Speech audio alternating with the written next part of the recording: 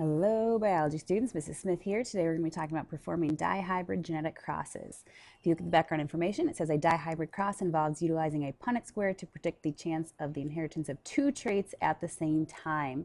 So previously we did some monohybrid crosses, which predicts the chances of inheritance of one trait. So now we're just upping the game here and we're going to be doing two traits at the same time. Important thing to keep in mind is that the law of segregation still applies. So remember that means that alleles from homologous pairs separate during meiosis. So first thing we're going to do is practice forming gametes because that's going to be a little bit different for dihybrids than it was in monohybrids. We're still following the same rules of Mendel's conclusions, but because we have two traits, it's a little bit trickier. And what I always say is remember to FOIL, just like in math class. So your first pair, your outer pair, your inner pair, and your last pair. That's what we're going to be doing here. If we look, it says a father has a gene pair big T, big R, little r. What gametes will he produce? So remember, law of segregation says that his sperm will get either a big T or a little t, but not both. They will segregate during meiosis. It also says that these sperm are going to get either a big R or a little r. Should draw that one a little bit bigger, but again, not both. So what we need to do is figure out all the different possible gamete combinations because each of the sperm will get one of the T alleles and one of the R alleles, just not both at the same time. So the best way to make sure you're accommodating for all of them is to FOIL. So think of it as big T, little t in parentheses, and then big R, little r in parentheses, and now we're going to FOIL. So our first pair is big T, big R. Our outer pair is big T, little r. Our inner pair is little t, big R.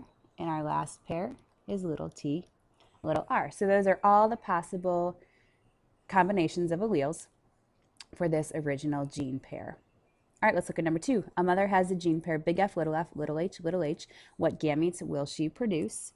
So again, I'm going to put those in parentheses and go through and FOIL it.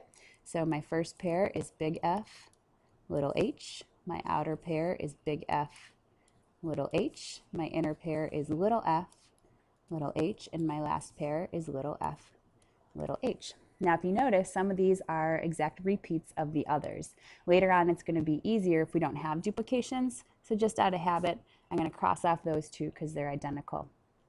All right, number 3, if father has a gene pair little e, big D, little d, what gametes will he produce?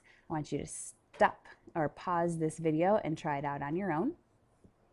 I'm serious. Pause it. Try it on your own. All right, so we have little e, little e. If we do our first pair, our outer pair, our inner pair, and our last pair, those are the different gene combinations we can get. Again, this is an identical of the first one. There's an identical of the second, so I'm going to cross them out. So there's 2 different possible combinations. Our last one, mother has the gene pair big M, little a. What gametes will she produce? Again, pause the video, try it on your own. Brian McNulty, please dial the operator. All right, first we get big M, little a, then we get big M, little a, and then we get big M, little a, and then we get big M, little a. So if you look, get the exact same ones. There's only one possible combination for the mother's eggs. All right, now that we can figure out our gametes, it's time to try our first example. So example 1, the ability to roll one tongue, big R, is dominant over the inability to do so, little r. Free earlobes, big F, are dominant over attached earlobes, little f. We're going to cross a man heterozygous for tongue rolling. So heterozygous for tongue rolling. We know heterozygous is one of each. So heterozygous for tongue rolling with attached earlobes. Attached earlobes, if you look over here, are recessive. We know in order to show the recessive phenotype, we have to have little f, little f. And we're going to cross that with a woman who is heterozygous for both traits. So she will be big R, big F, little f. All right, our next step is to find our gametes. Again, that was the foiling. So I want you to pause the video and try to FOIL the father's genotype and the mother's genotype to find the gametes. All right, we're back now. Father's gametes, you should have gotten big R, little f, and little r, little f. You would have gotten 4 if you FOILed, but 2 of them were repeats, so I crossed those out. For the mother's genotype, you would have gotten 4 different gamete combinations. And there they are. All right, what are we going to do with these gametes? We're going to put them on our Punnett square. So I'm going to put the mothers across the top, which honestly it doesn't matter as long as you don't mix up the mothers with the fathers. And I'm going to put the fathers here. So again, if you had flip-flopped which side you put them on, you'd still get the same results. Our next step is to fill in our Punnett squares. We're going to do the same way we did with our monohybrid crosses. There's just more information in each square. So if we look here, we have a big R above and a big R to the left. We have a big F and a little f. So you want to keep the gene pairs together. So keep the R's together. In this case, keep the F's together. So please go through and fill out your Punnett square.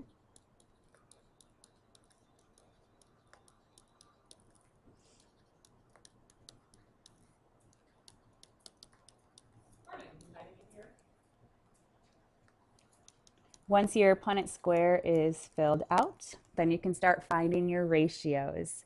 So first it says, what are the chances of having a child who cannot roll his tongue and has unattached earlobes? Now, one way you can do this is to go through and start analyzing your gene pairs. What I think we should do first is do our genotypic and phenotypic ratios, which might make it a little bit easier for us. Now, we did genotypic and phenotypic ratios with our monohybrid crosses, but they're a bit simpler because there are only 4 possible options for the first filial generation each time. This time you can see we have 8, and in some cases we'll have up to 16 if we have to fill in the entire box. So what I like to do is start up in the upper left-hand corner and just kind of move down, and I cross things off as I go to make it a little bit easier. So if we see right here, we have our first box, big R, big F, little f. And then I'm going to cross that off so that we don't account for it again. All right, we have 1 of those so far. That might change, but for now it's 1. All right, I'm going to move over 1. We have big R, little f, little f.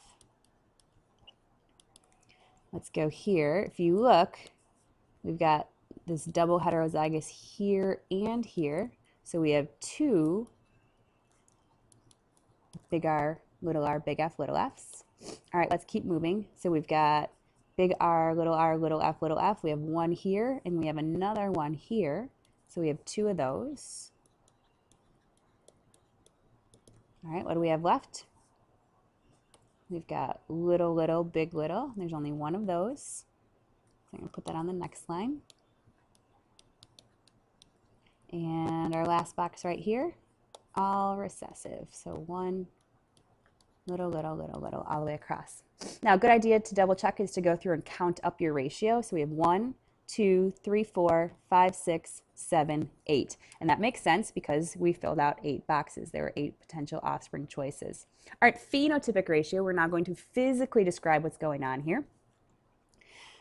And we need to go back and look. Big R. Is that going to be a tongue roller or a non-tongue roller? Hopefully you picked roller. You just go back and read the passage.